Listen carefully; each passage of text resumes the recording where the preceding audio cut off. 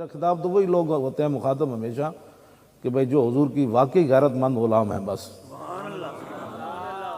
نہ میں ایسے نمازیوں کا قائل ہوں کہ امام مسلم کے پیچھے 36,000 نیت باندھیں اور جب سلام پھرے تو ایک بھی پیچھے نہ کھڑا ہو. تو ہمیں سے پریشانی بھی نہیں ہوتی، لیکن کم از کم تنبیہ ہم ضرور کرتے ہیں کہ جس بندہ ادھر جناب کھاؤ سبحان اللہ جی ادھر تے نہیں آ سکتے جناب، حالات نہیں ٹھیک. تو ایسے بندہ جو ہے اس کو ویسے بھی ایسے جناب کوئی بیٹھا ہے کوئی جناب دیکھ رہا ہے دوسرے کو بھئی یہ ہاتھ اٹھا رہا ہے، تو پھر سمجھا ہمیں کہ دین کیا ہے. تجھے ہم سٹیج دے دیتے ہم ادھر بیٹھ جاتے.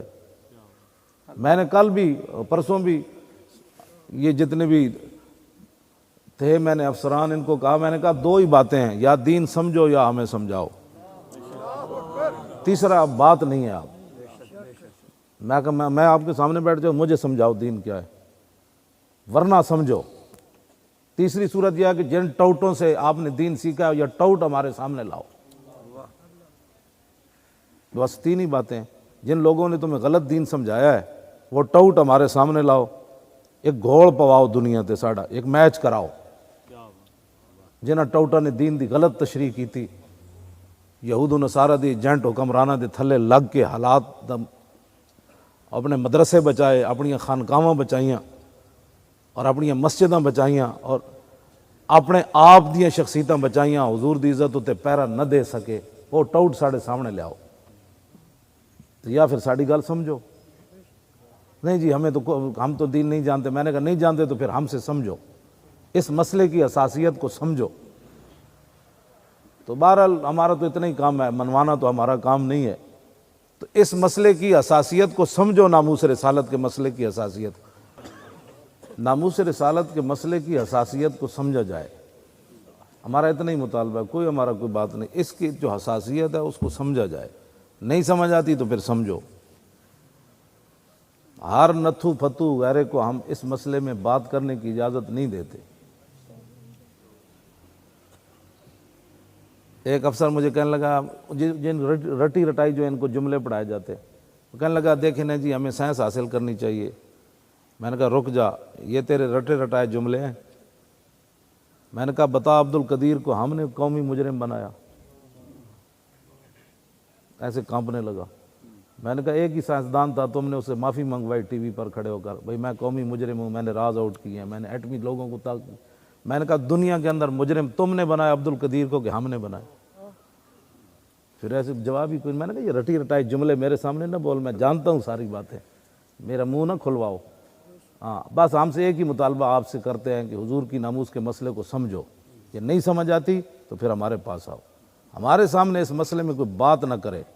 باقی جانیں عزتیں آبرویں ساری انہی کے لیے ہیں. پرچہ کاٹو ابھی جیل بھیجو، ہمارے حاضر. ہم نے کیا کرنا ہے؟ کوئی ہمیں کسی بات کی پرواہ نہیں ہے. تمہیں کوئی غلط فہمی ہے اس مسئلے میں؟ ہاں بس اتنی بات میں آپ کو بھی کہنا چاہتا ہوں کہ اس مسئلے کی حساسیت کو آپ بھی سمجھیں. حضرت جی قبلہ پیر اعجاز احمد صحابہ حضور کے گھر کھانا کھا کر بیٹھ گئے. میرے آقا اندر گئے، دیکھا کھانا کھا کر یہ باتیں کر رہے ہیں. اب میرے آقا باہر نکل آئے، تھوڑی دیر انتظار فرمایا، پھر حضور اندر گئے، دیکھا تو صحابہ باتیں کر رہے ہیں. بس اتنی دیر لگی، اللہ نے قرآن کی آیت نازل کر دی.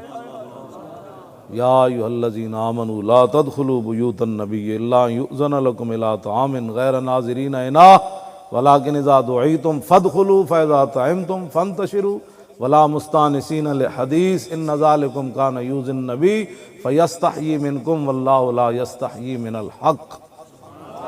اتنی لمبا قرآن رب نے نازل کر دیا. او میرے محبوب کے گھر آئندہ داخل نہیں ہونا، آئندہ کھانے کا ٹائم ہو تو میرے نبی کے گھر کی طرف بھی نہیں دیکھنا. غیر ناظرین اناہ، کھانے کے ٹائم اناہ کہتے ہیں عربی میں. تو ادھر دیکھنا بھی نہیں ہے کھانے کے ٹائم کے حضور کے گھر کیا پک رہا ہے. دھواں اوپر اٹھ رہا ہے تو کیا پک رہا ہے اس وقت.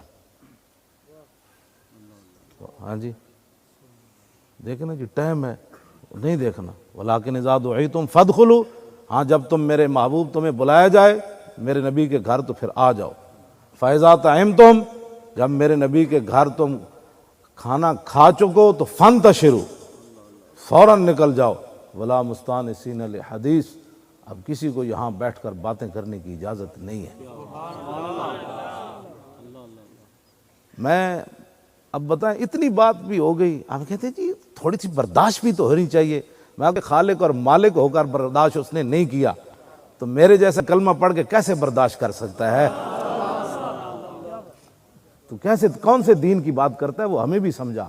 حضرت اگلا لفظ بہت ہی عجیب ہے، ہاں جی، ان ذالکم کان یؤذی النبی، یہ تمہارا بیٹھنا میرے نبی کو دکھ دے گیا۔